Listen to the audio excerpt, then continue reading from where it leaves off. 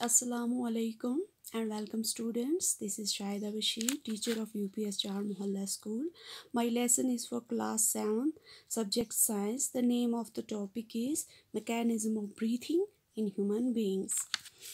बच्चों, हमारे पिछले वीडियो लेसन में हम रिस्पिरेशन पढ़ रहे थे और उसके जो वेरियस टाइप्स हैं जैसे कि दो मेन टाइप्स हैं एरोबिक और एनारोबिक, वो डिस्कस कर रहे थे। अब जो मैकेनिज़्म ऑफ रिस्पिरेशन है वो आपको 7th स्टैंडर्ड में पढ़ने की ज़रूरत नहीं है। जब आप हायर क्लासेस में पहुंचोगे तो मैकेनिज़्म ऑफ रिस्पिरेशन वहाँ पे आप पढ़ लोगे। अब जो हमारा नेक्स्ट टॉपिक है mechanism of breathing in human beings, सबसे पहले हम देखेंगे ये मैकेनिज़्म क्या होता है। मैकेनिज़्म का मतलब है, मैकेनिज़्म ऑफ ब्रीथिंग का मतलब है how the process of breathing takes place in steps and which organs are involve in this process. मतलब कि ये ब्रीथिंग प्रोसेस जो है ये स्टेप बाय स्टेप कैसे होता है और कौन कौन से ऑर्गन्स इसमें इन्वॉल्व होते हैं। देखो, normally we take in air through our nostrils. When we inhale air, it passes through our nostrils into the nasal cavity. From the nasal cavity, the air reaches our lungs through the windpipe, which is also called trachea. देखो, जब हम air अंदर लेते हैं हमारे nostrils के ज़रिए, ये एयर जो है ये नॉस्ट्रल्स के ज़रिए पास होके हमारी नेज़ल कैविटी में पहुंचती है और नेज़ल कैविटी से ये कहाँ इसमें लंग्स में पहुंचती है किसके ज़रिए से, थ्रू द विंड पाइप। उसके बाद लंग्स जो हैं जैसे कि हमें पता है lungs are present in the chest cavity, ये हमारी चेस्ट कैविटी में होते हैं और ये कैविटी जो है this cavity is surrounded by ribs on the sides. ये लंग्स जो हैं इनको कौन प्रोटेक्ट करता है, रिब्स जो हैं, ये केज बना हुआ है, ये हमारे लंग्स को प्रोटेक्ट करते हैं। और लंग्स के नीचे A large muscular sheet called diaphragm forms the floor of the chest cavity. जो मतलब एक इसका जो चेस्ट कैविटी का जो फ्लोर है इसके नीचे एक मस्कुलर शीट है जिसे हम डायफ्राम कहते हैं। The process of breathing involves the movement of the diaphragm and the rib cage. ये जो ब्रीथिंग प्रोसेस है इसमें हमारा पूरा ये जो मस्कुलर शीट है डायफ्राम और रिब केज ये पूरा इन्वॉल्व होता है। This is because during breathing the lungs contract and expand during breathing, क्योंकि मतलब ब्रीथिंग के टाइम जो लंग्स हैं वो पूरे कंट्रैक्ट और रिलैक्स होते हैं। मैंने यहाँ पे respiratory system in human beings जो है वो थोड़ा सा उसकी आउटलाइन बनाई हुई है। देखो यहाँ पर आपको नज़र आता है ये जो ओपनिंग होती है हमारी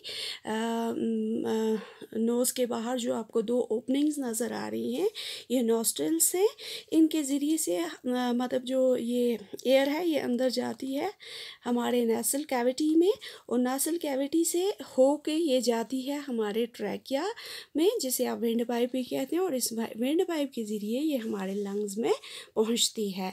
जो हमारे ये लंग्स हैं इसके नीचे आपको एक मस्कुलर शीट नज़र आती है जिसे हम डायफ्राम कहते हैं।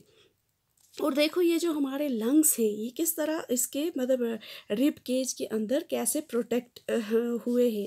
इसके बाहर जो ये मतलब आपको केज नज़र आ रहा है इनको हम रिब्स कहते हैं। अब जो मतलब ब्रीथिंग प्रोसेस है जैसा कि आप जानते हैं breathing is the process of intake of air and intake and exhale of air. जैसे ही हम as we take in the air, जैसे ही हम हवा अंदर लेते हैं it fills up our lungs, ये हमारे मतलब जो लंग्स हैं इनको हवा से क्या कर देती है, भर देती है। This moves the ribs outward and the diaphragm downward. जब हम हवा अंदर लेते हैं हमारा जो रिब केज है, जो हमारे रिब्स हैं वो बाहर की तरफ जाते हैं और हमारी जो ये डायफ्राम है ये नीचे की तरफ जाती है। अगर आप मतलब आप करके देखो बच्चों, एक लंबा सांस लो, इनहेल करो हवा को अंदर आप और अपना हाथ अपने चेस्ट कैविटी के ऊपर रखो।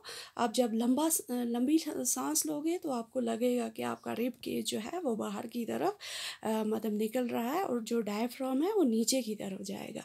और जब आप एक्सहेल करोगे during exhalation the ribs move down, ये आपके जो रिब्स हैं ये फिर वापस डाउनवर्ड हो जाएंगे, डाउन और इनवर्ड्स। और जो आपकी डायफ्राम है it will come to its original position, ये अपनी ओरिजिनल पोजीशन में चली जाएगी। अब ये पूरा जो मैकेनिज्म ऑफ ब्रीथिंग है इसको हम एक मतलब रिवाइज़ करने के लिए शॉर्टकट में स्टेप्स में भी मतलब रिवाइज़ कर सकते हैं। जैसे कि हवा पहले हमारे नॉस्ट्रल्स में गई, उसके बाद हमारी नेज़ल कैविटी में पहुंची, नेज़ल कैविटी के बाद हमारे विंड पाइप में, और विंड पाइप के ज़रिए हमारे लंग्स में, जो कि सराउंडेड है किससे, रिब्स से।